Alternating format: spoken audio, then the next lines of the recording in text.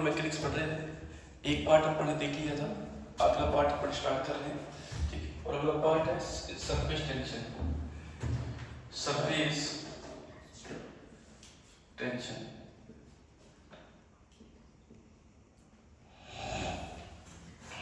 ST, surface tension.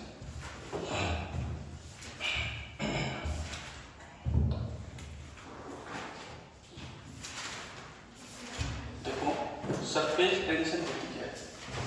Surface tension का काम क्या है? एसटी क्या करती है कि जो लिक्विड का जो एरिया है उसको मिनिमाइज करती है, उसको कम से कम करने का क्या करती है, ठीक है। तो अपन ये कह सकते हैं कि ये एक प्रकार से झिल्ली के रूप में काम करती है, लिक्विड की झिल्ली के रूप में। कौन काम करती है? सरफेस टेंशन, ऐसे ना, ठीक है। तो सरफेस टेंशन का मिनिमम रोल क्या है, मेन रोल क्या है? Minimum surface area. लिक्विड का जो एरिया है उसको क्या करते हैं ना, मिनिमम करते हैं। जैसे कोई पिन है, ठीक है, कोई निडल है, उसको लिक्विड के ऊपर डाल दो, ठीक है, तो पिन ऊपर क्या करने लग जाती है, तैरने लग जाती है। It is the role of surface tension, ऐसा। अब ये जो सरफेस टेंशन है इसको कब बढ़ाया जा सकता है और कब घटाया जा सकता है? तो सर इस सरफेस टेंशन को बढ़ाने के लिए आप उसके अंदर NaCl वगैरह मिला दो, अमोनियम क्लोराइड वगैरह, नमक वगैरह ये मिला दो, उसका सरफेस टेंशन क्या हो जाएगा, बढ़ जाएगा, ठीक है। और जिसको घटाना है सरफेस टेंशन को, एसटी को यदि आपको घटाना है तो उसमें डिटर्जेंट वगैरह ये मिला दो, ऐसा ना, लेकिन एक लिमिट की मात्रा में, ऐसा नहीं अनलिमिटेड ही मिला दिया, एक लिमिट की मात्रा मिला दोगे तो उसका सरफेस टेंशन क्या हो जाएगा, कम हो जाएगा, ऐसा ना। इसको लिखते हैं सरफेस टेंशन को T से, और ये सरफेस टेंशन होता है फोर्स अपॉन लेंथ, F/m, ऐसा। इसकी जो यूनिट है होती है न्यूटन, लेंथ की यूनिट होती है मीटर। इसकी डायमेंशन फॉर्मूले के ऊपर अपन चर्चा करें तो m1 L0 T -2, ऐसा। तो ये इस सरफेस टेंशन के बारे में बात है, लिखिए।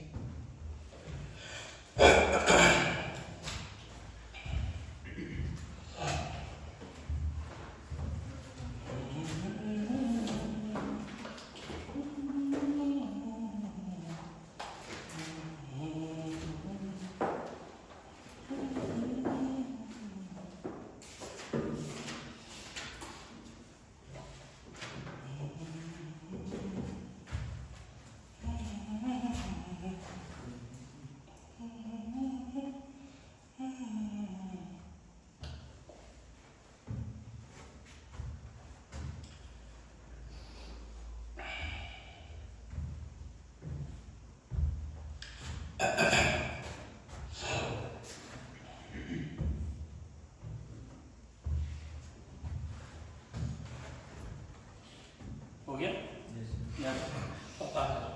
अब देखो सरफेस टेंशन अपन ऐसे भी इसको समझ सकते हैं, जैसे मान लो लिक्विड की ड्रॉप है, ठीक है, उस लिक्विड की ड्रॉप को आप छोड़ो, या लिक्विड की कोई भी ड्रॉप हो, तो वो लिक्विड की ड्रॉप जिसमें सरफेस टेंशन है ना, तो उस ड्रॉप को स्फेरिकल रूप में बना देती है,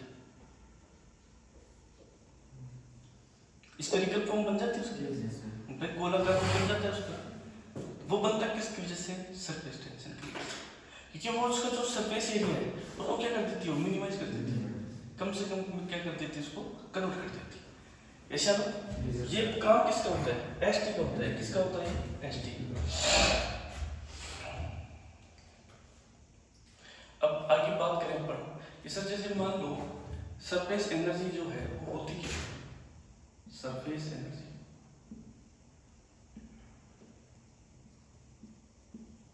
सरफेस एनर्जी की बात करूँ SE, और ये सरफेस एनर्जी में बात करूँ तो जैसे मान लो, जैसे मैं वाटर ड्रॉप की बात कर लेता हूँ, जैसे ना तो कितनी होगी? थोड़ा सा सरफेस एनर्जी का नॉर्मली फॉर्मूला होता है सरफेस टेंशन इनटू में एरिया।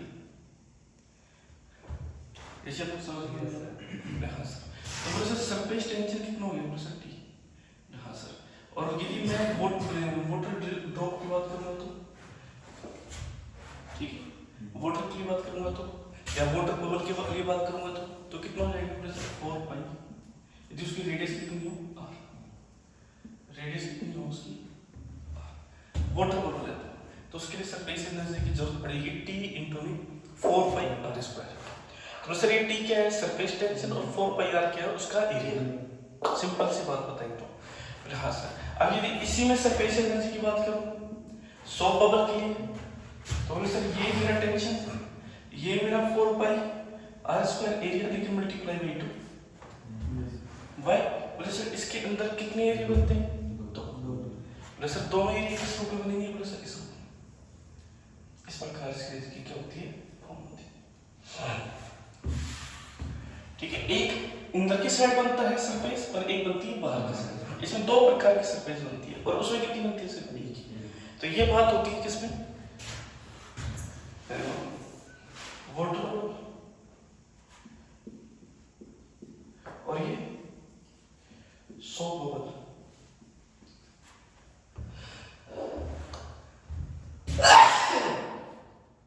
क्लियर है ना? अब आगे चलते हैं अपन। अब आगे देखो, मान लो कि मेरे पास एक बहुत बड़ी बूंद है, ठीक है, कितने रेडियस की? r रेडियस की। और इस बड़ी सारी बूंद को मैं छोटी छोटी बूंदों में क्या कर रहा हूं? कन्वर्ट कर रहा हूं।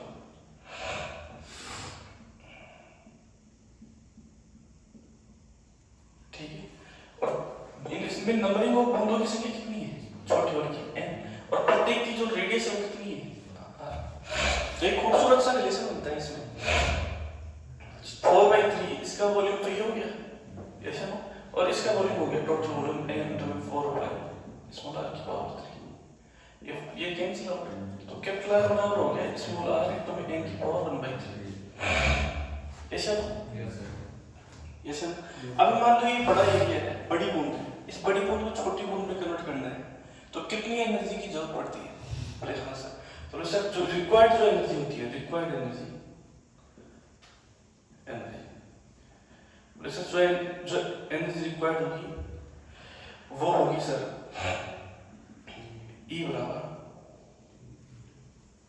सरफेस टेंशन T इंटू में 4 पाई r स्क्वायर, ठीक है, और n की पावर 1/3 माइनस का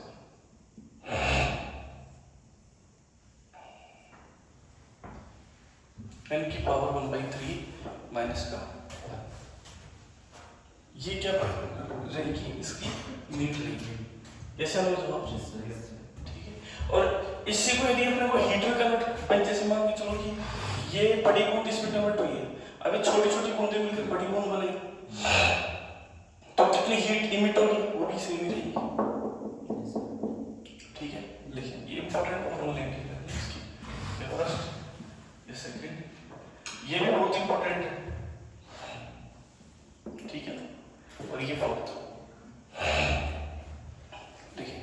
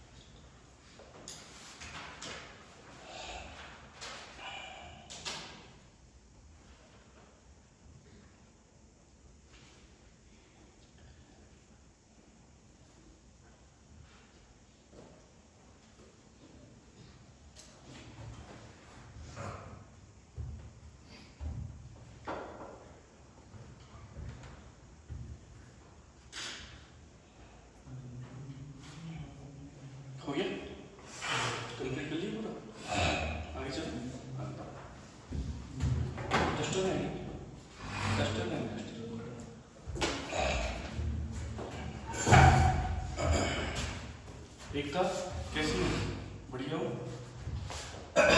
अब देखो, अब इसको थोड़ा आगे देखिए।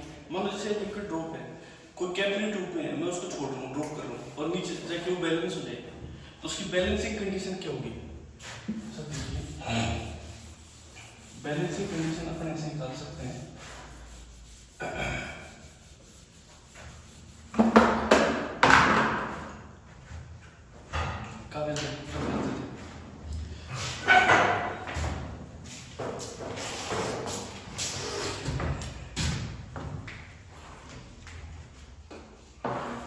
बच्चे के लिए तालियां भी,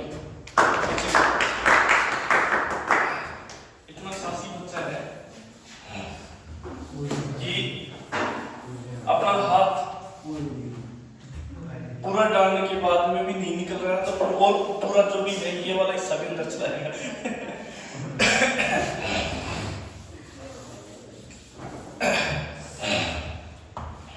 अब जैसे मान के चलो कि कोई लिक्विड ड्रॉप है और कोई कैपिलरी ट्यूब है, उसमें इस लिक्विड ड्रॉप में भाई इतनी बड़ी होती नहीं है, ये पहले सुन ले ध्यान से, ड्रॉप, लेकिन ना कैपिलरी ट्यूब इतनी बड़ी होती है, छोटी सी होती है। मैं दिखाने के लिए बता रहा हूँ, मैंने इसको छोड़ा यहाँ से, छोड़ने के बाद में क्या हो गया, ये अंदर आएगी ये ड्रॉप, तो अंदर आएगी तो ये यहाँ पे आके क्या हो रही है, बैलेंस। तो एम जी कितना लगेगा, सिंपल सी बात है नीचे, तो ऊपर क्या लगेगा, तो बोले सर ऊपर जो लगेगा वो लगेगा टी क्रॉस में 2 पाई आर। सर क्यों? बोले सर लगेगा तो ऊपर फोर्स, तो टी क्रॉस में 2 पाई आर ही फोर्स ही है। सर क्यों? सर टी क्या होता है, एल अपॉन में एल, 2 पाई आर में क्या होती है, एल, एल से एल क्या हो गया, कैंसिल, तो फोर्स ऊपर हो गया, फोर्स ऊपर, फोर्स नीचे। अब बोले सर इस एम को मैं क्या लिख सकता हूँ, सर एम को आप ऐसे लिख सकते हो, rho into 4/3 pi small R cube. तो अपन ये भी कह सकते हैं rho into 4/3 pi small R cube into G, ये नीचे टी क्रॉस 2 पाई ऊपर। ऐसा इस प्रकार से अपन क्या कर सकते हैं, इसको रिप्रेजेंट कर सकते हैं। आगे की बात करें कि सर मेरे पास में जैसे ये लिक्विड वाटर का बबल है, ठीक है, देखा सर। तो बोले सर इसमें क्या क्या सिचुएशंस बन सकती है, बोले सर देखो इनसाइड जो प्रेशर होता है उसको बोलते हैं पी, आउटसाइड जो प्रेशर होता है उसको बोलते हैं पी, ठीक है। तो इसका प्रेशर एक्सिस कितना होगा, बोले सर पी आई माइनस का पी नोट बराबर होगा 2t अपॉन v, यदि इसकी रेडियस कितनी है r, 2t अपॉन v। इसको बोलते हैं प्रेशर एक्सिस, हिंदी में बोलते हैं दाब आधिक्य, ठीक है। तो यदि आप अंदर का प्रेशर निकालोगे तो पी ए बराबर हो जाएगा P note plus 2t upon v। ये तो हो गया वाटर बबल के लिए। यदि मैं 100 बबल के लिए बात करूं तो साहब इसके अंदर कितनी बनती है, अंदर का प्रेशर पी आई, बाहर का प्रेशर कितना होता है पी नोट। प्रेशर इसकी सिचुएशन क्या बनती है, सर पी आई माइनस का पी नोट बराबर 40 अपॉन v। ऐसा अंदर का प्रेशर में निकालूंगा तो P note plus 40 upon v, ठीक है। इसके बाद में एयर बबल, मान के चलो एयर वाली सिचुएशन तो कई बार होता है ना कि जब कोई बारिश की बूंद, बारिश हो रही है और होते होते जो बारिश की कुछ बूंदें होती है जो एटमॉस्फेयर में रुक जाती है, ठीक है।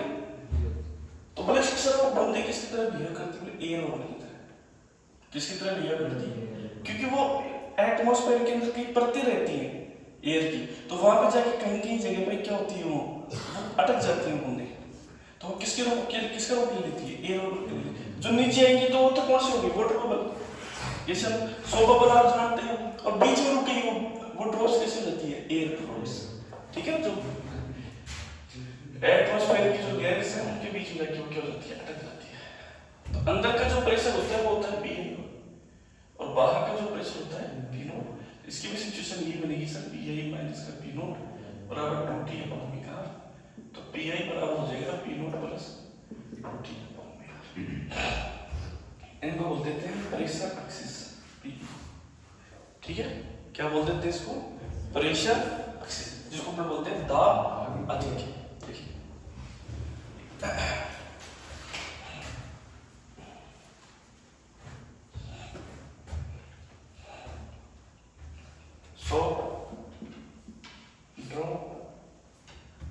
लिक्विड ड्रॉप,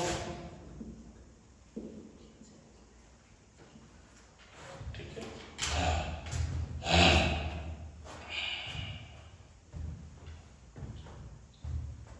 और एयर ड्रॉप।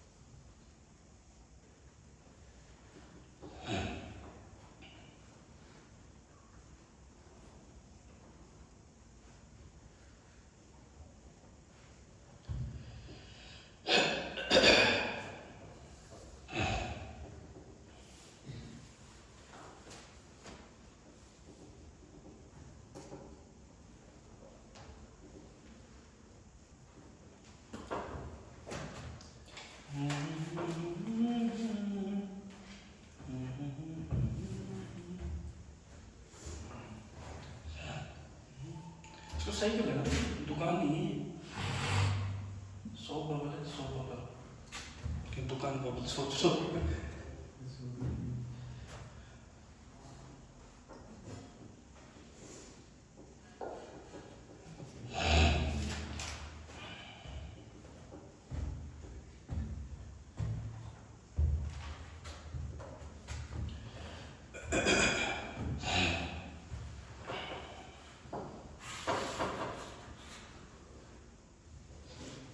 इस बार टेस्ट में नंबर कम आने के रीजन क्या है? अनिल नंबर कम कैसे है तेरे? नंबर कम कैसे है? फॉलो नहीं कर रहा था इस टेस्ट को, क्या बात थी?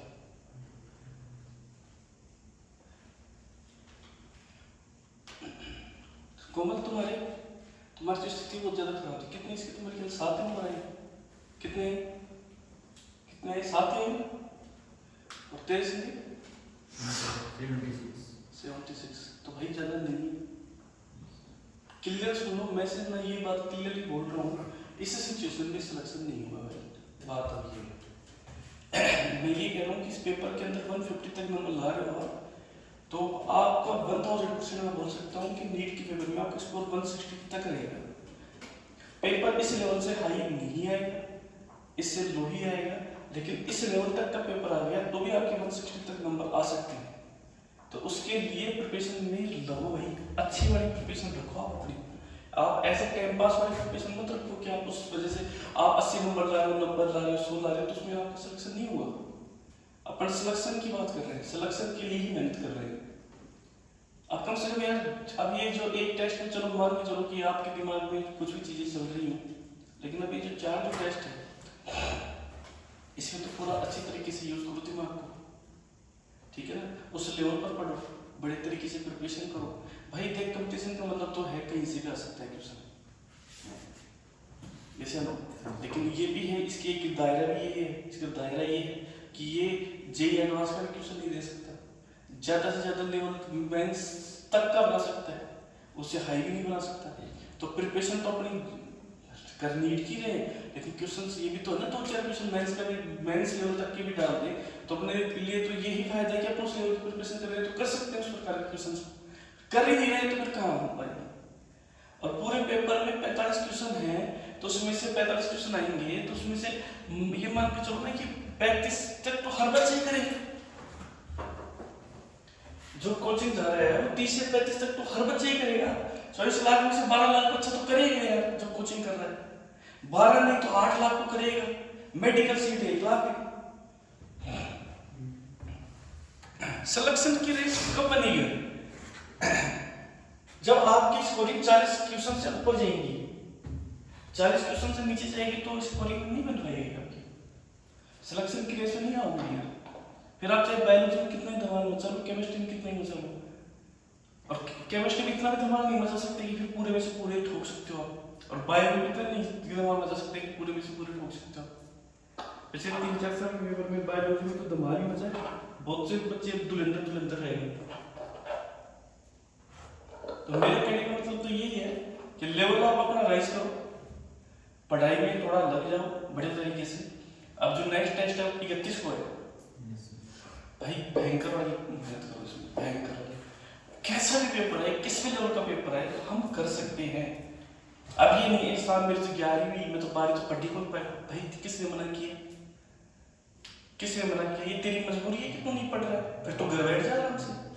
जब तेरे से पढ़ रही है तो मेरे से सिर्फ 11वीं मेरे से 12वीं नहीं हुई तो घर बैठ जा भाई। ये तो पूरा ही टेस्ट आएगा, या फिर तू एंटी वाला को ये भी नहीं कह सकता कि साहब मैं तो 11वीं पढ़ाऊं, 12वीं का मतलब वो तो पूरा ही आएगा 11वीं।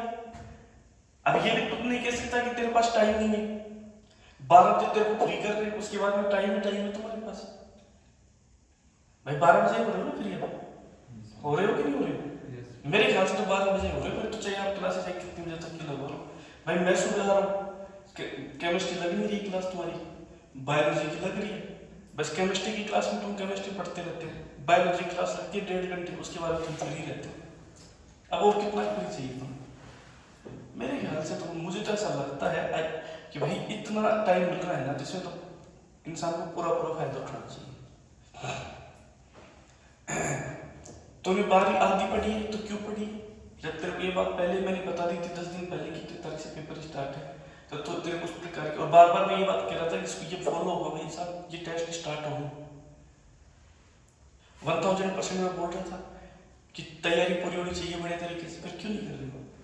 फिर आप कंपटीशन के लायक नहीं, तैयारी नहीं कर रहे तो पूरी बढ़िया तरीके से,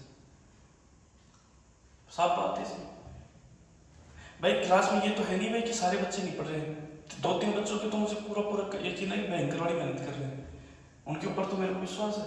लेकिन जो नहीं पढ़ रहे उनके लिए बोल रहा हूँ कि आधी पढ़ रहे हो, आधा छोड़ रहे हो, आधा छोड़ रहे हो, आधा पढ़ रहे हो, फिर उसमें क्या मतलब? कोई मतलब नहीं। इस पेपर में बैठने का मतलब होता है, मेजर में बैठने का मतलब होता है पूरा कंप्लीट होना चाहिए, कंप्लीट होना चाहिए तो कंप्लीट होना चाहिए भाई।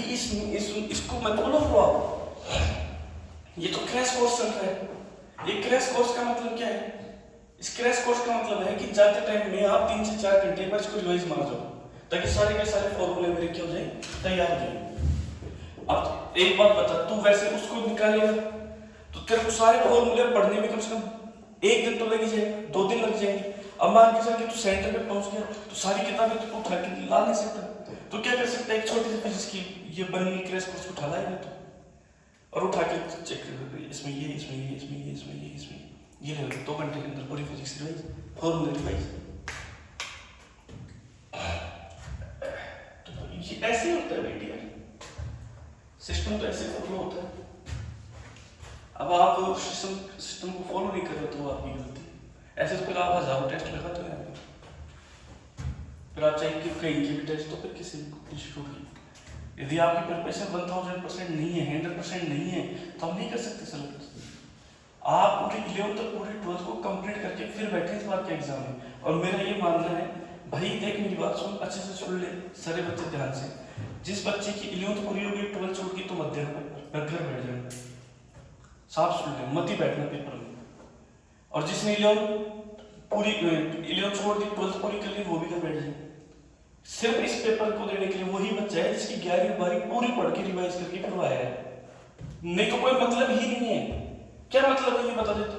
11th की कितनी क्वेश्चन नहीं है? 24-25 लेंगे तो 4 से बड़ा कर ले, ये नंबर हो गए थे। 11 क्या हो गए तो तेरे 12 के नंबर फिर क्या? और तो 12 के देगा तो 15-20 क्वेश्चन वहां से आ जाएंगे, तो 12 के कर देगा, बात खत्म भाई। जब तेरी 11वीं 12वीं पूरी होगी ना, तभी तेरे को मजा आएगा पेपर में, और टीचर को भी तभी मजा आएगा भाई। मेरा तो सिस्टम ये तो मैं तो पूरे के पूरे 5 टेस्ट फॉलो कराऊंगा। अब उसके बाद में तेरी इच्छा है, तो इसको फॉलो करता है ये भी अपने अकॉर्डिंग चलता है, लेकिन मैं तो ये कह रहा हूँ कि इस पेपर को फॉलो कर लो, 5 पेपर को 1000% गारंटी के साथ कह रहा हूँ कि उस बच्चे के 150 से वो मार्क्स आएंगे। यदि 150 मार्क्स ला रहा है तो पेपर में, चाहे वो किस लेवल का पेपर निकल के जाए, नीट। समझ में आ रही है बात? मेरे ख्याल से आ जानी चाहिए ये बात समझ में। और फिर नहीं आ रही है, दिमाग में नहीं बैठ रही है, तो फिर मैं उसका कोई भी इलाज नहीं कर सकता। हो गया ये? चलो आगे जाओ।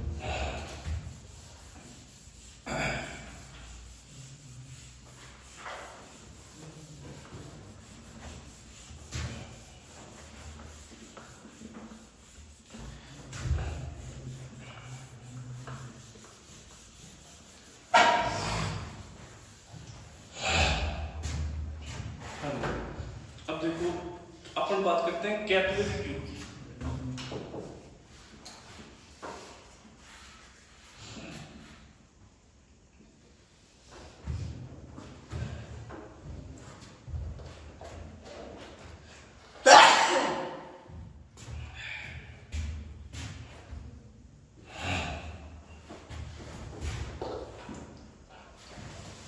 इसमें क्या किया,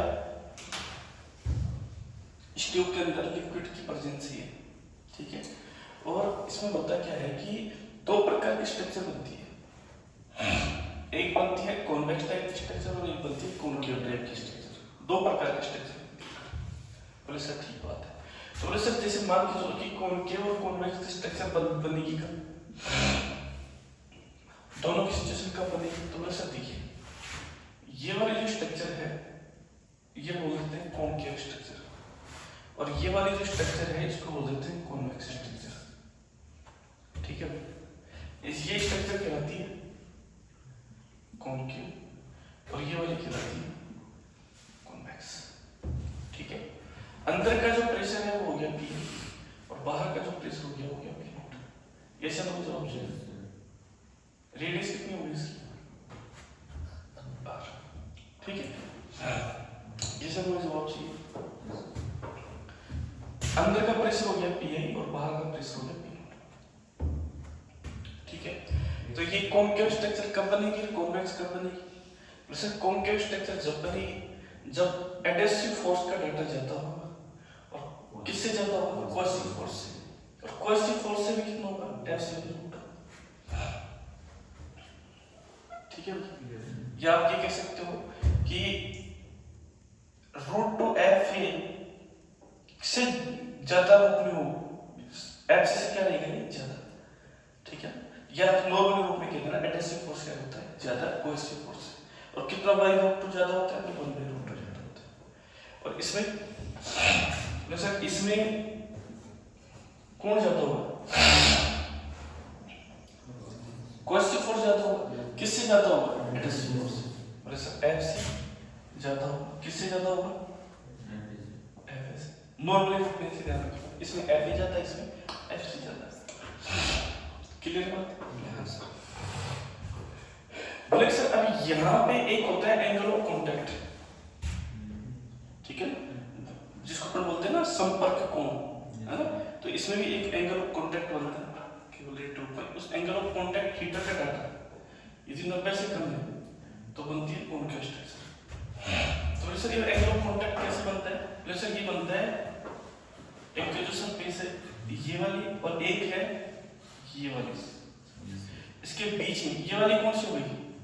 ये तो अभी मेटल सरफेस। और ये कौन सी होगी? ये हो गई जो ये लिक्विड की जो ड्रॉप बन रही है उसकी सरफेस। दोनों के बीच में बनने वाला जो एंगल होगा ये कौन सा होगा? Angle of contact. और ये वाला भी एंगल कौन सा होगा? तो सर ये एंगल भी क्या होता है? Angle of contact. Yes sir. तो ये जो एंगल कहलाता है, ये एंगल, इस एंगल का डाटा होता है थीटा ग्रेटर देन 90, और इस एंगल का डाटा होता है एंगल ऑफ कांटेक्ट का theta is less than 90। Yes sir. बोले सर ये सिचुएशन किसमें देखने को मिलेगी अपन को? बोले सर ये मिलेगी अपन को कॉनकेव, ये मिलेगी अपन को कॉन्वेक्स। Yes sir. बोले सर इसके फॉर्मूले की मैं बात करूं, इसका प्रेशर एक्सिस कैसे बनेगा? तो बोले सर इसका बनेगा Pi बराबर P not minus 2T upon R। बोले हैं? बोले हाँ सर है। बोले सर इसमें इंटरनली जो प्रेशर होता है वो कम होता है, बाहर का जो प्रेशर होता है एटमॉस्फेरिक प्रेशर वो क्या होता है ज़्यादा, तभी तो ये बहुत सिकुड़ गई नीचे की तरफ होगी। तो ये ध्यान रखना पी आई हमेशा कम रहेगा पी नोट से। इसको तुम ऐसे भी समझ सकते हैं कि पी नोट हमेशा ज़्यादा होगा, किससे ज़्यादा होगा, पी आई से। इसलिए वैसा भी छोटी छोटी बातें बहुत इंपॉर्टेंट है, यही बनती है एग्जाम के अंदर। अब मैं ये तो कह नहीं सकता कि पी क्या नाम है कि बेटा इसको एक बड़ी सारी लाइन में लिख लो, ये तो समझने वाली बात है। ऐसा अभी तो दिमाग के अंदर तो बैठा इस चीज को, कैसे बैठाएगा इस ट्रिक से कि साहब बूंद अंदर की तरफ जा रही है, तो मतलब कोई एक बात बताओ, ये मतलब बाहर की तरफ फैल रही है, ऐसे दिमाग के अंदर, दिमाग को थोड़ा ऐसे कंट्रोल कर, ये अंदर की तरफ सिकुड़ी जा रही है, तो सिकोड़ कौन रहा है, ये वाला प्रेशर डल रहा है इसके ऊपर। भाई ड्रॉप तो ऐसी थी, सरफेस ऐसी थी, अब ये वाला प्रेशर क्या हो गया इसके ऊपर, ज्यादा हो गया, तो ये वाली ये स्ट्रक्चर आ गया ये वाला ऊपर। इसका मतलब कि जो इस सरफेस का जो प्रेशर था वो एटमॉस्फेरिक प्रेशर से क्या हो गया, कम हो गया, तभी तो दब गई है। और ये फैल रही है, ये फैल रही है, तो मतलब इंटरनली प्रेशर ज्यादा है, बाहर का प्रेशर क्या हो गया इसके ऊपर, कम हो गया। तो सर इसका डाटा बनाएंगे, इसका डाटा बना लो, तो प्रेशर पी आई बराबर पी नोट प्लस प्रोटीन हो गया। तो बोले सर इसमें पी आई क्या रहेगा, ज्यादा, किससे ज्यादा रहेगा, पी नोट से। Angle of contact theta is less than 90 और angle of contact theta is greater than 90। Yes sir, बोले हाँ सर। बोले सर कि यहाँ पे वाटर और ग्लास वाली सिचुएशन होती है, मैं यहाँ पे लिख देता हूँ, ये यदि ये वाटर और ग्लास वाली सिचुएशन होती तो एंगल को थीटा और कांटेक्ट ज्यादा जरूरी थी। जैसे ना भाई गिलास में आप पानी भर दो, छोटी सी कोई ट्यूब ले उसमें पानी भर दो, सरफेस नॉर्मल रहेगी, उसमें कोई एंगल ही नहीं बनेगा, न ऊपर उठेगी न नीचे उठेगी। और यदि ग्लिसरीन ग्लास हो गया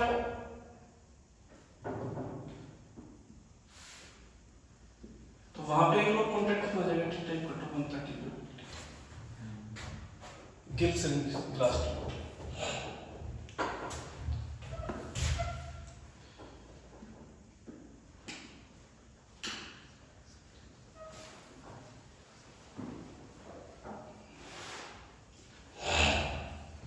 इसमें कितना जाएगा, थीटा इक्वल टू 135 को लेंगे कॉन्वेक्स, और कॉन्वेक्स में निकालो ये सारे data.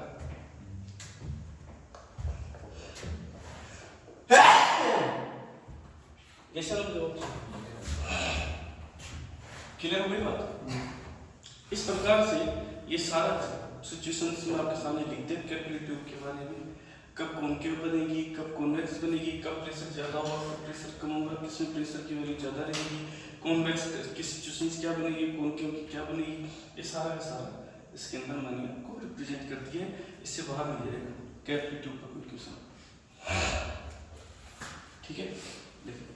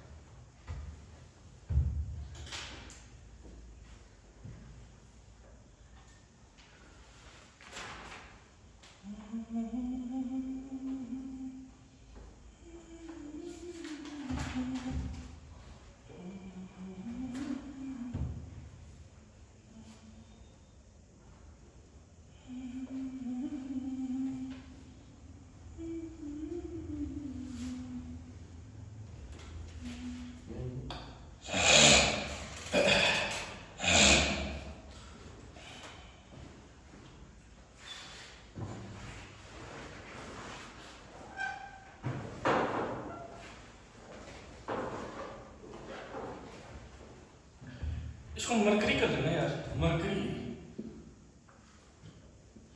Class, mercury class.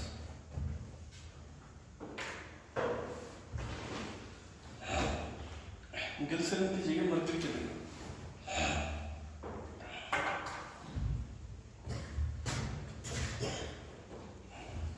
Mercury glass interface.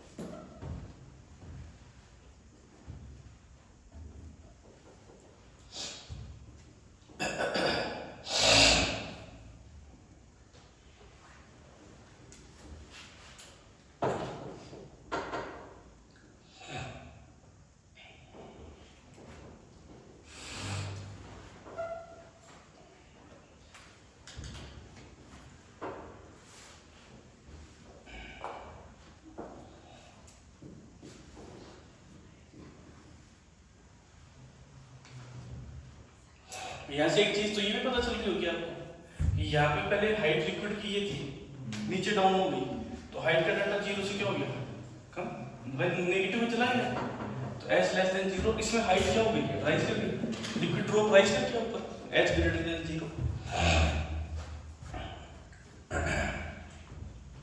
और हम लेट कैसे हो गया, घर गया हुआ था, अच्छा संडे था ना, तो शनिवार को घर चला जाता हुआ, संडे को उठता है, सोमवार को, तो सोच रही थी तो सीकर कोटा हो तो कैसे आएगा, तब तो ये सोच रहा होगा उसी चीज के अकॉर्डिंग रहना पड़ेगा, है ना।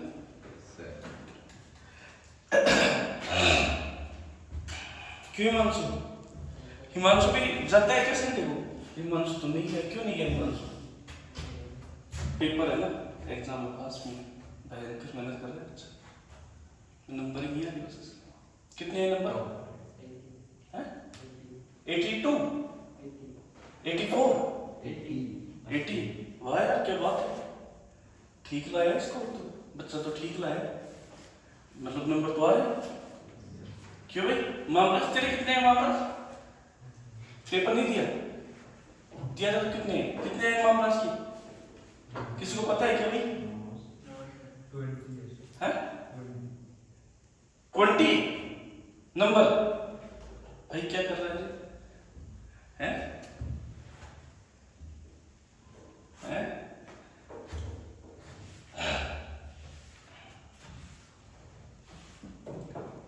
मेरे पास तो कोई शब्द ही नहीं बची ये बात बोलने के लिए,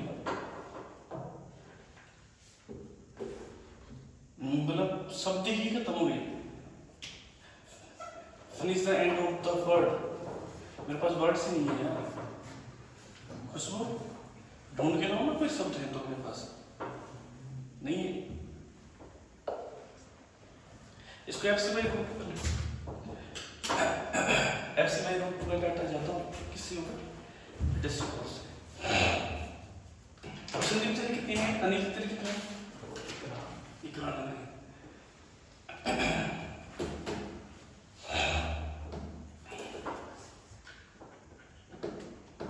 चले भाई,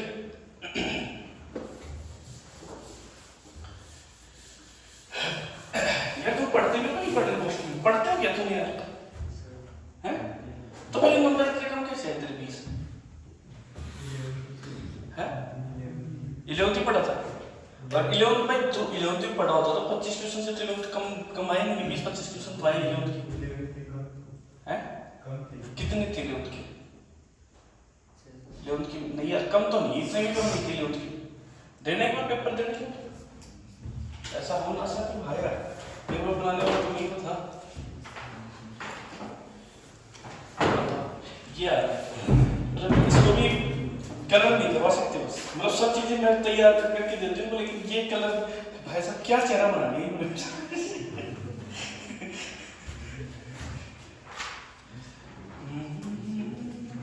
देखो पहले पेज पे कोई क्वेश्चन नहीं है,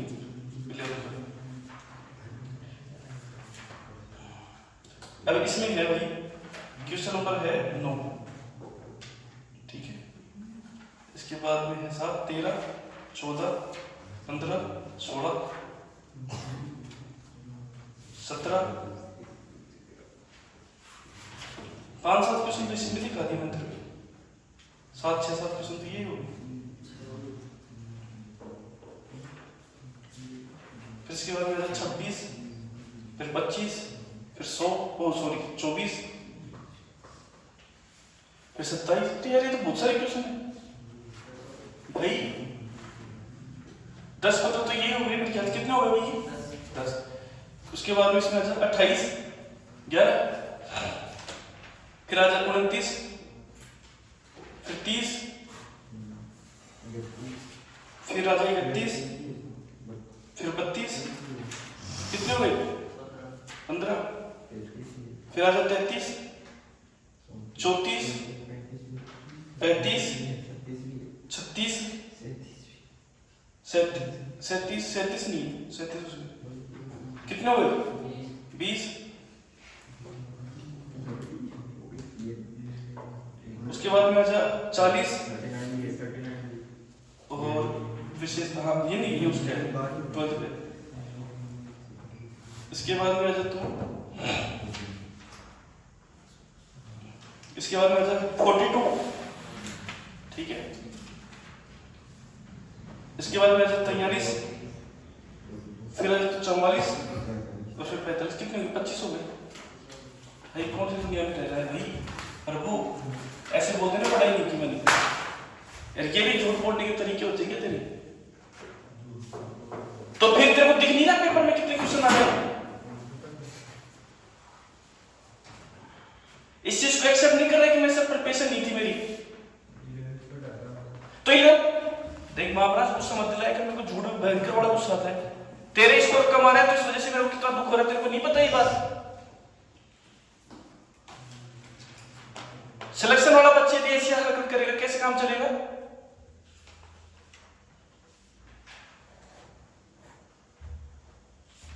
एग्जाम क्या महीना भी नहीं बच रहा, तुम बताओ ऐसी बात स्टार्ट कर दी।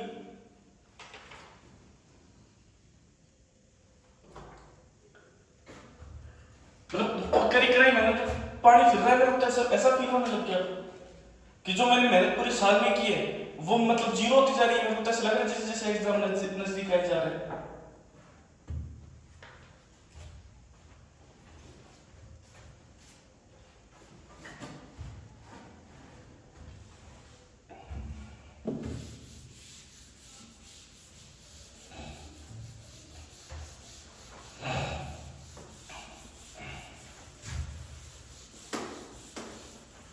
बेटा यहाँ पे ना हम लोग नहीं वेट कर रहे हैं तुम्हारे, तुम्हारे घर वाले वेट कर रहे हैं तुम्हारे सिलेक्शन का। पता हो तो तुम्हें, घर वाले भी दिन रात वेट कर रहे हैं कि कब इनका एग्जाम लग गया 4 तारीख को, 4 को शाम को पता चलेगा सिलेक्शन होगा कि नहीं होगा।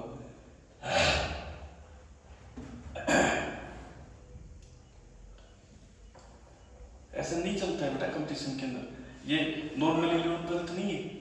तेरे कितने आए वो? पेपर नहीं दिया? तूने क्यों नहीं दिया पेपर? सर 5 बजे से कहा था, हमने 3 बजे कर दिया, मैं सो गया था। तू सो गया था?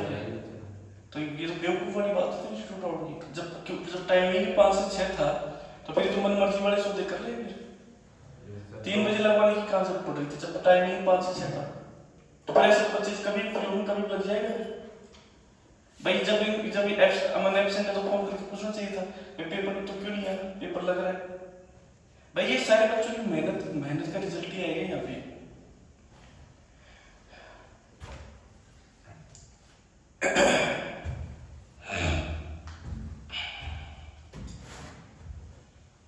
चलो आगे चलते हैं। अब ड्रॉप्स का कोलाइज करना सीख रहे हैं। कोलाइज का मतलब ये होता है कि ड्रॉप को मिलाने का सिस्टम। ड्रॉप्स को मान के चलो कि यदि अपन ड्रॉप्स को वैक्यूम में मिला रहे हैं भाई, मैं इसलिए एक चीज ये बता देता हूँ, मैं गुस्सा क्यों हो रहा हूँ, मुझे गुस्सा होने की जरूरत क्यों पड़ रही है? इसके बेहतर नंबर आ रहे हैं, अनिल से उम्मीदें हैं 150 प्लस की, अनिल इकरार में ला रहे हैं। इस तेरे कितने आए राउट? कितने आए? तेरे को नंबर ही नहीं पता तेरे खुद की? अरे बोलना यार, कितने आ रहे हैं? 20 नंबर ये ला रहे हैं बाबू जी। तो फिर ये बताओ फिर बच्चा क्या करेगा? और बेटा पेपर का लेवल यदि ये आ गया ना तो फिर मामला फिर खराब है तुम्हारा है। पेपर का लेवल सही था और पेपर का लेवल ऐसा ही आएगा इस साल एग्जाम में। तुम उम्मीद मत करना कि पिछले 2-3 साल के जैसे पेपर अपने फेस किए वैसे पेपर देख लो। पिछले साल के पेपर मैं मानता हूँ पेपर बिल्कुल लो लेवल के थे। पिछले साल के लो लेवल के पेपर थे मानता हूँ, लेकिन इस साल पेपर लेवल का लो लेवल नहीं आएगा। पेपर का लेवल आपकी मेहनत बढ़िया होनी चाहिए भाई। मैं यहाँ पे ये रिप्रेजेंट करवाने के लिए नहीं बैठा हूँ कि तुम्हें इजी वाला पेपर पकड़ा दो बेटा, तुम 150 नंबर ले आओ यहाँ पे। मेरा मेन मोटिव ये नहीं है। मेरा मेन मोटिव ये है कि 4 तारीख को एग्जाम जो लगेगा उसमें मेरे को रिजल्ट चाहिए। उसके मद्देनजर मेरे को पेपर लेने पड़ेंगे उसको देखते हुए। यहाँ पे क्लास में वाह वाह होता मेरे को पसंद ही नहीं है भाई। ऐसे पेपर लेना मेरे को पसंद नहीं। मैं ले क्या करूँगा? यदि मैं तुम्हें ये दे दूंगा भाई वर्ग के डायमेंशन बना के लिख दे, कोई भी ऐसे क्वेश्चन दे दूंगा तो हर बच्चे ही करेगा। पेपर का लेवल राइज कब होगा? जब पेपर का स्टैंडर्ड दिखेगा, और पेपर का स्टैंडर्ड दिखेगा तो दिमाग के ऊपर जोर पड़ेगा। जोर पड़ने पर 20-20 नंबर आएंगे, तब आपको पता चलेगा दिमाग लेवल क्या है। कंपटीशन में बेटा ऐसे चलेगा ना काम तो नहीं होगा। अब ये भाई साहब गाइड लेके बैठे, भाई उस गाइड को बंद कर दे, जो तू लेके बैठते ना मोटी वाली, उसको बंद करके पैक करके रख दे उसको, मतलब एट प्रेजेंट की स्थिति ये है, कॉन्सेप्ट पे काम कर, कॉन्सेप्ट पे। और तेरे को जिसने ज्ञान दिया है ना, उस ज्ञान को उनको बोल दो कि वैसा तो आप अपने तक रखो, उसके अंदर जो भी स्टूडेंट ने दिया है किसी ने दिया है, उस गाइड को बंद करके रख दे और कॉन्सेप्ट पे काम कर। जो तेरे को नोट्स करवाए हैं उनको पढ़ अच्छे से सारे, तो फिर नंबर क्यों कमा रहे थे 20? हाँ सॉल्यूशन में कोई आदमी कम हो रहा है, कोई दुगना हो रहा है, इसको सॉल्यूशन में हो रहा कौन सा सॉल्यूशन? है। मैंने सॉल्यूशन किया था ना। हाँ तो क्यों गलत हुआ? रीजन क्या है गलत होने का?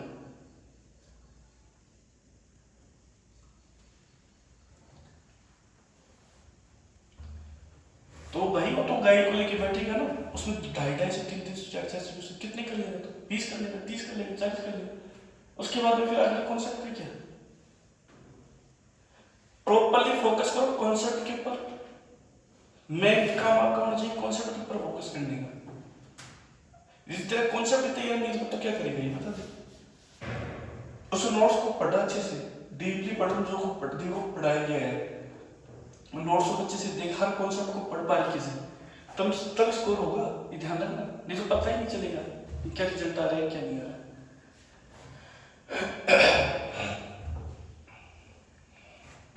कोई भी लिक्विड ड्रॉप है,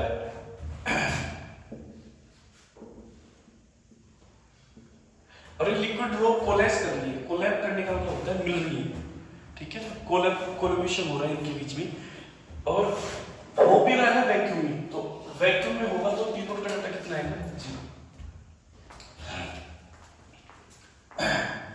पी नॉट कितना रहेगा? 0 रहेगा।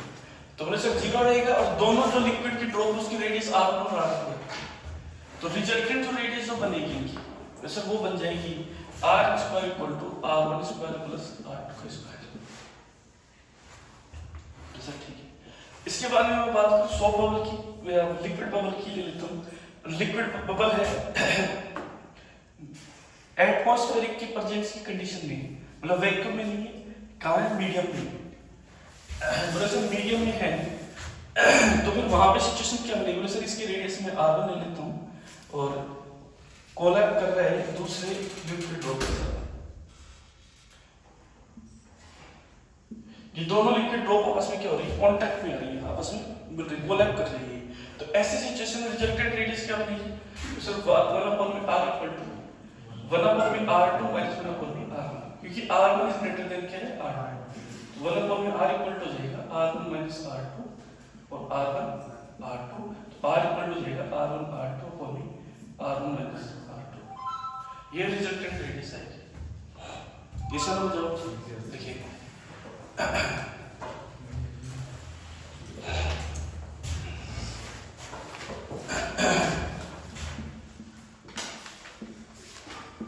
ये कांटेक्ट में रहती है।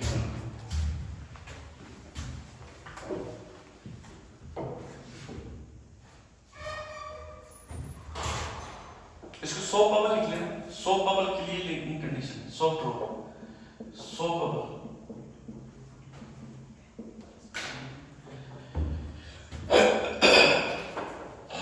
लिक्विड रहने देना, सॉफ्ट बबल है। सॉफ्ट बबल के लिए लोग कंडीशंस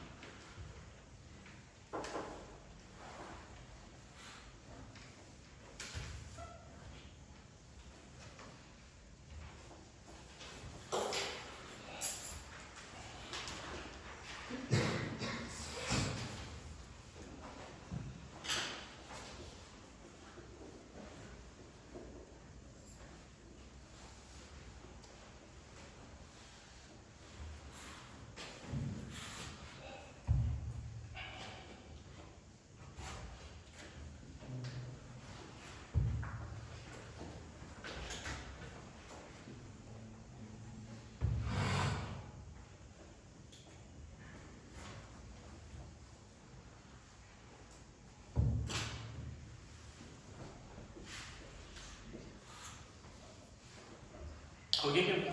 आ जाओ, अब हेडिंग को वापस डालेंगे। एक चीज में थोड़ा ध्यान रखना, मान लो ये मेरे पास में एक वाटर फिल कर रखा है मैंने इसमें, और बोले कि यहाँ पे मैंने आके होल कर दिया, तो सिंपल सी बात है, पानी किधर जाएगा? नीचे जाएगा। ठीक है, इसमें लीकेज नहीं हो, होल भी हो, लीक भी नहीं करे पानी, उसकी कंडीशन क्या हो सकती है? वैसे उसकी कंडीशन ये होगी 2T/R equal to H rho g। 2T/R equal to H rho g लिख लो। No leakage from the water, from the, कोई लीकेज नहीं हो होल से, उसकी कंडीशन ये।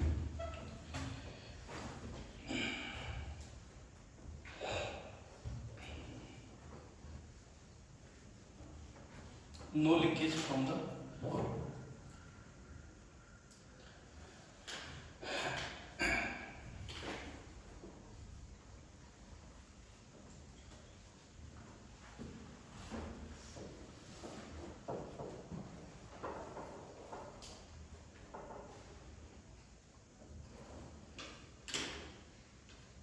हो गया? आगे चले, आगे देखो, अब लिखेंगे कैपिलरी एक्शन। कैपिलरी एक्शन,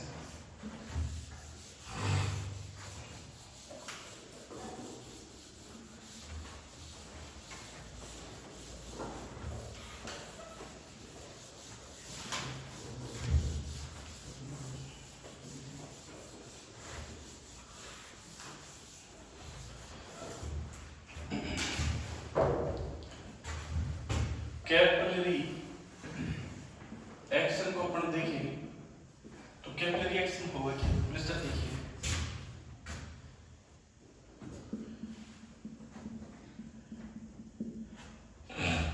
ये मैंने लिक्विड लिया, इसके अंदर मैंने लगा दी कैपिलरी ट्यूब। यहाँ से क्या तो इसमें राइज करेंगे या क्या करेगा? यदि लिक्विड क्या करेगा तो राइज करे, लिक्विड क्या करे? राइज या फॉल, इसी को कहते हैं अपन कैपिलरी एक्शन। ठीक है, और ये राइज और फॉल किसमें करता है? कैपिलरी ट्यूब में। वैसे ये कितना राइज करेगा कितना फॉल करेगा ये कैसे पता चलेगा? बोले सर देखिए, इसको मैं थोड़ा बड़ा बना रहा हूँ। बोले सर ये कैसे पता चलेगा? बोले सर इसके लिए फॉर्मूला ही है 2T/R बराबर H rho g। यहाँ सर बोले सर मान के चलो कि सिचुएशन कुछ ऐसी बन रही हो, कौन सी स्ट्रक्चर है? Concave, theta less than 90। बोले हाँ सर, सर इसकी जो रेडियस है वो कितनी होगी? R। ऐसा किसकी? इस कॉन्केव स्ट्रक्चर की। बोले हाँ सर, और बोले कि सर ये चीज तो हमें पता है। बोले सर क्या? बोले सर हमें ये पता है कि इसकी रेडियस कितनी होगी? इस कैपिलरी ट्यूब की, इस कैपिलरी ट्यूब की रेडियस कितनी? ऐसा। बोले हाँ सर। बोले सर मान लो कि ये इसका सेंटर हो, सॉरी कैपिलरी ट्यूब की रेडियस कितनी है? स्मॉल r, और ये कैपिटल R जो रेडियस है किसकी रहेगी? इस सिचुएशन की जो भी बनेगी कॉन्केव स्ट्रक्चर या कॉन्वेक्स स्ट्रक्चर जो भी बनेगी उसकी रहेगी। बोले सर यहाँ से इसको कैसे सॉल्व करें? बोले सर ये एंगल मेरा थीटा है। बोले हाँ सर, तो बोले सर यहाँ से मैं लिख सकता हूँ स्मॉल r बराबर r cos थीटा। जैसे तो यहाँ पे कैपिटल R की जगह में क्या रख सकता हूँ? स्मॉल r बराबर cos थीटा। तो यहाँ से 2T/R कैपिटल R की जगह स्मॉल r cos थीटा, ऊपर स्मॉल r cos थीटा बराबर H rho g। अब यहाँ से मेरे को हाइट निकालनी पड़ जाएगी मान लो, तो कैसे निकालो? बोले सर 2T cos थीटा बटे R rho g। कैसा? अब यहीं पे खेल चलेगा, यदि थीटा भी लेस देन 90 है तो स्ट्रक्चर कैसी होगी? कॉन्केव। ठीक है, और h का जो डाटा रहेगा वो लेस देन क्या रहेगा? 0। ठीक है, बोले हाँ सर, और थीटा यदि ग्रेटर देन कितना है? 90, तो स्ट्रक्चर कैसी रहेगी? कॉन्वेक्स। h का रहेगा ग्रेटर देन। ये सब। और वाटर के लिए, वाटर ग्लास के लिए थीटा में से कितना रहेगा 0 और मरकरी ग्लास ट्यूब के लिए थीटा कितना रहेगा 135 ये फिक्स है लिख लेंगे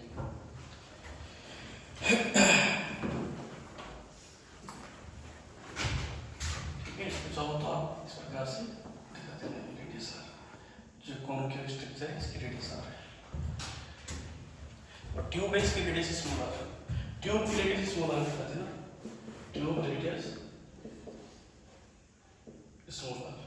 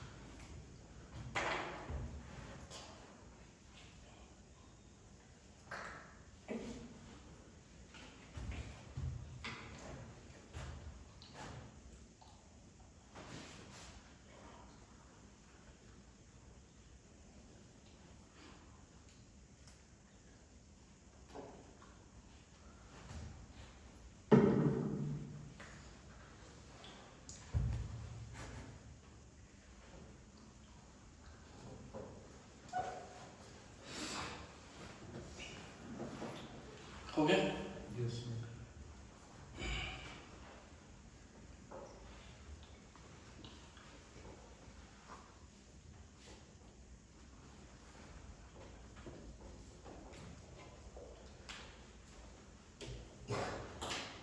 हो गया क्या यस अब देखिए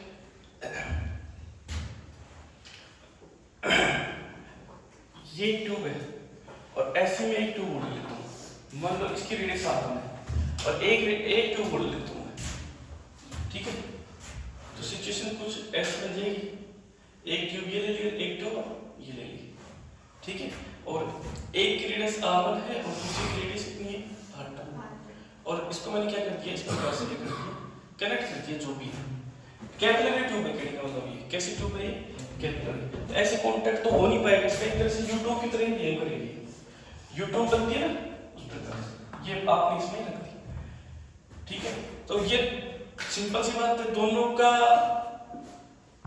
एरिया अलग अलग है एक का R1 है एक का R2 है तो ये मान ले R2 ज्यादा हो और R1 क्या हो कम हो या R1 कम है या R2 ज्यादा है तो सिंपल सी बात है दोनों के अंदर जो लिक्विड जब राइज करेगा उसका लेवल अलग अलग होगा मान लो इसके अंदर लेवल जो है वो ये है और इसमें लेवल यहाँ पहुंच गया था पानी का तो ये जो डिफरेंस जो है लेवल का ये कितना हो गया h तो प्रेशर ये कितना है प्रेशर निकाल देंगे तो प्रेशर ये यहीं से निकल जाएगा h बराबर 2t cos थीटा अपॉन में rho g ठीक है डियर और 1 अपॉन में आपको लिख देंगे अपना 1 अपॉन में r1 माइनस 1 अपॉन में ध्यान रखना यहाँ पे वो वाला लेना है जिसका डाटा कम है ताकि ये r2 इधर जाएगा तो क्या हो जाएगा ज्यादा ठीक है तो यहाँ से मैं बात करूँ तो 2t cos थीटा ठीक है यहाँ से हो जाएगा ये r2 माइनस r1 अरे हो जाएगा rho g जो डिफरेंस आएगा difference of liquid in U2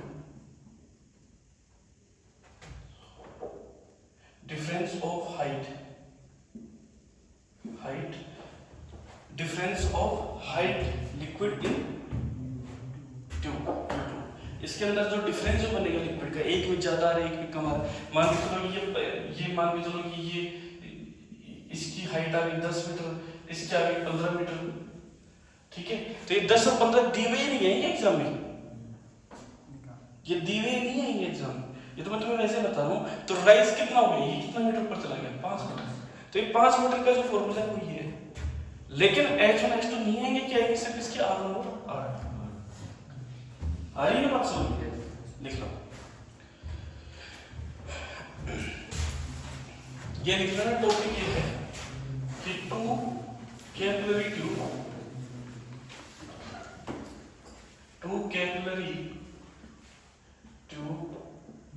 convert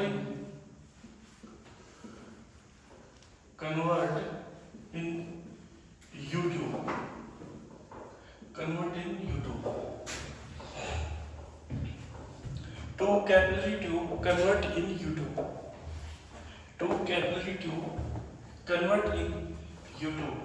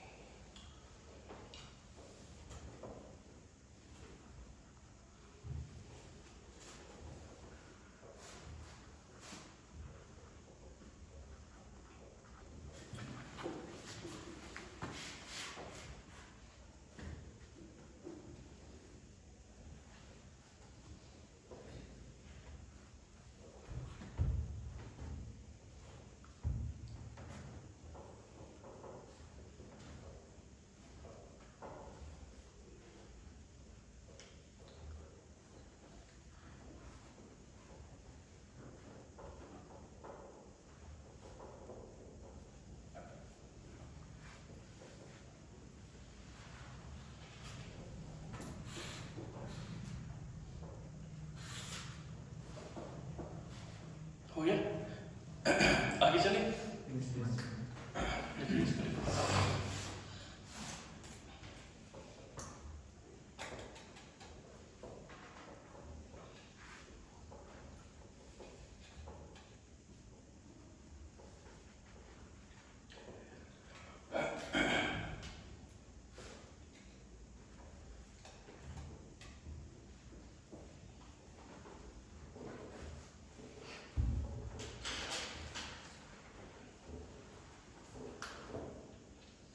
चले, अब बात करते हैं कोफिशिएंट ऑफ विस्कोसिटी, ठीक है।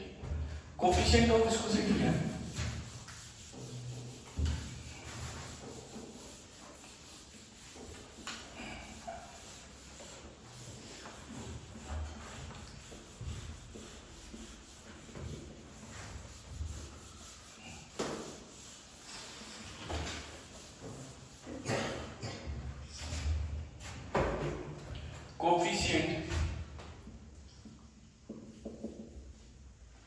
कोफिशिएंट ऑफ विस्कोसिटी ये है क्या? तो बोले sir coefficient of viscosity normally रूप में आपको मैं बताऊं तो रेजिस्टेंस है, किसका रेजिस्टेंस है? लिक्विड का, ठीक है ना। जैसे अपने वायर में जब करंट फ्लो होता है तो वायर में जो रेजिस्टेंस होता है जो आर है, ऐसे लिक्विड का जो रेजिस्टेंस होता है उसको बोलते हैं ईटा, ठीक है। यहाँ से बोले सर ये रेजिस्टेंस किस पर डिपेंड करेगा? बोले सर जिस फोर्स से लिक्विड फ्लो हो रहा है वह force F is directly proportional to area, F ये is directly proportional to dV by dx। तो इस समानुपाती इसको सब कुछ आप लिखें तो A dV by dx proportional side पर टेंजेंट कांस्टेंट आएगा माइनस का ईटा dV by dx। तो eta is represent to viscosity. Eta यार एक बार मैं पढ़ा भी था इस विस्कोसिटी में, अपन एरिया भूल गए थे शुरू के अंदर पहले फर्स्ट टाइम।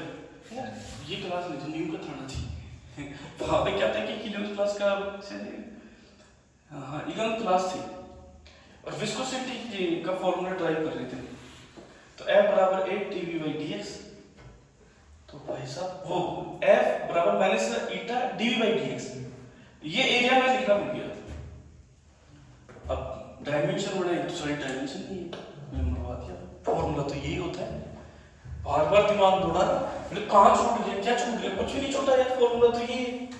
1000% फॉर्मूला ये है। फिर मैंने ये चेक किया कि भाई डायमेंशन बन क्यों नहीं हुई है, मतलब कोई ना कोई तो मामला गड़बड़ है। फिर चेक किया तो भाई एरिया का मिला, फिर डायमेंशन मेथड से अपने चेक किया किसकी जरूरत है, फिर पता चला तो सब एरिया की जरूरत है। हाँ यार एरिया चाहिए, फिर एरिया लगा के रिजल्ट सही हुआ। अब भाई बच्चे कोई इधर सो हंसे, कोई इधर सो हंसे, कोई इधर हंसे, बच्चों के हंसने का इसलिए मजा रहा बच्चों को, ये लो भाई गुरुजी आज तो फंस गया। तो यहाँ से ईटा आ गया अपना विस्कोसिटी कोएफिशिएंट। हाँ सर, तो अब इस ईटा को अपन निकालें तो f अपॉन में a dv by dx, dx का चला गया ऊपर, f का डाटा हो गया m1 l1 t1, ये हो गया f, ये हो गया l1 t-1, ये हो गया अपना l1, l1 से l1 कैंसिल, तो m1 l1 t-1, l ऊपर चला जाएगा, बस इसकी डायमेंशन आ जाएगी m1 l-1 t-1। ऐसा हमको जवाब चाहिए। ये कहलाता है विस्कोसिटी कोएफिशिएंट। ऐसा तो ये as a form of resistance, liquid resistance, ये लिक्विड रेजिस्टेंस के रूप में होता है, लिक्विड रेजिस्टेंस। मतलब लिक्विड को फ्लो करने का जो विरोध करता है ना, कि लिक्विड फ्लो नहीं हो किसी भी पाइप में से या कहीं से भी, तो उसका फ्लो का अपोजिट यही करेगा, कौन करेगा, ईटा। और जब भाई कैसे एक परत ऊपर से दूसरी परत भी जा रही, तो एक परत ऊपर है तो सूडो फोर्स कितना लगेगा पीछे, तो दोनों परतों में क्या हो जाता है आपस में दूसरी तरफ अपोजिट डायरेक्शन फोर्स डेवलप हो जाता है। ऐसे तो वो हीट जो जनरेट होती है, जब आप देखो तो जब किसी पाइप में से पानी बाहर निकलता होता है तो निवाय निवाय से निकलता है, वो पानी गरम गरम से निकलता है, चाहे सर्दी हो, देखा होगा आपने नॉर्मली सर्दियों में, गर्मियों में तो पता नहीं चलता है, सिर्फ सर्दियों को पता चलता है। जो गरम गरम जो पानी निकलता है वो इस विस्कोसिटी के रेजिस्टेंस की वजह से निकलता है, क्योंकि ये इसका अपोज करेगी तो वहां पे क्या होता है, हीट रहेगी, और हीट किसके रूप में निकलेगी, किसके रूप में निकल जाएगी, लिक्विड के रूप में निकल जाएगी, ठीक है, पानी गर्म निकलेगा। ये लिख लें coefficient of viscosity, coefficient of viscosity.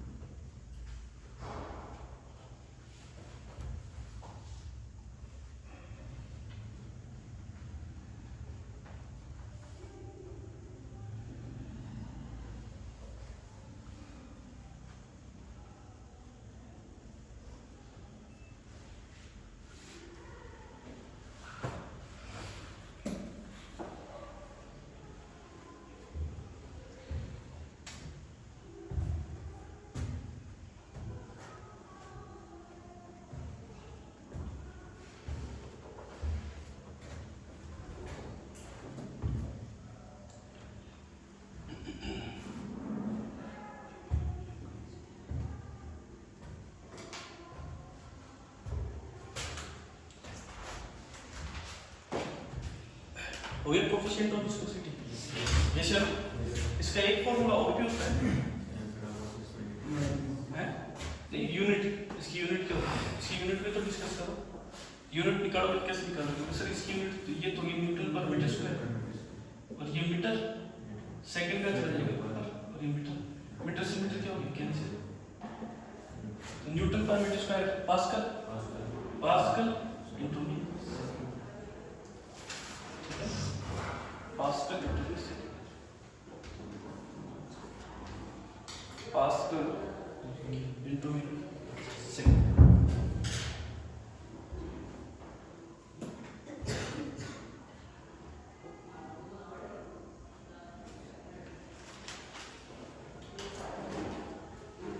ठीक है, और इसको ये पास्कल इंटू सेकंड, इसको ब्रैकेट में लिख लेना कि pascal into second equal to होता है 10 फोइस की पोइज।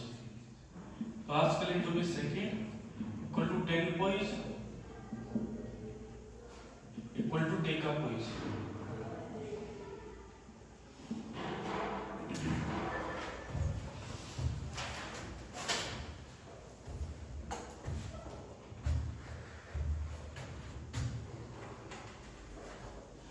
वन डेका पोइज, ठीक है, 10 को लिख देते हैं वन डेका।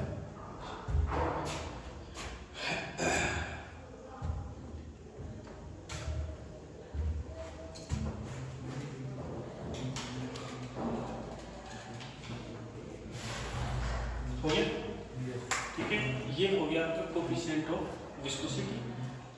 सेकंड वाला पार्ट अपना खत्म हो जाएगा। यहाँ पे अब चलेगा थर्ड वाला पार्ट। अब थर्ड वाले पार्ट में क्या चलेगा, equation of continuity, Bernoulli theorem, ठीक है, इसको इसके बाद में वेंचुरी और वायरमीटर, ठीक है, 2-3 टॉपिक बच गए, उनको अपन डिस्कस करेंगे कल, ठीक है। कल का मतलब हो जाएगा, कल अपना एक फ्लूइड मैकेनिक्स हो जाएगा खत्म। परसों फिर चलेगा क्या,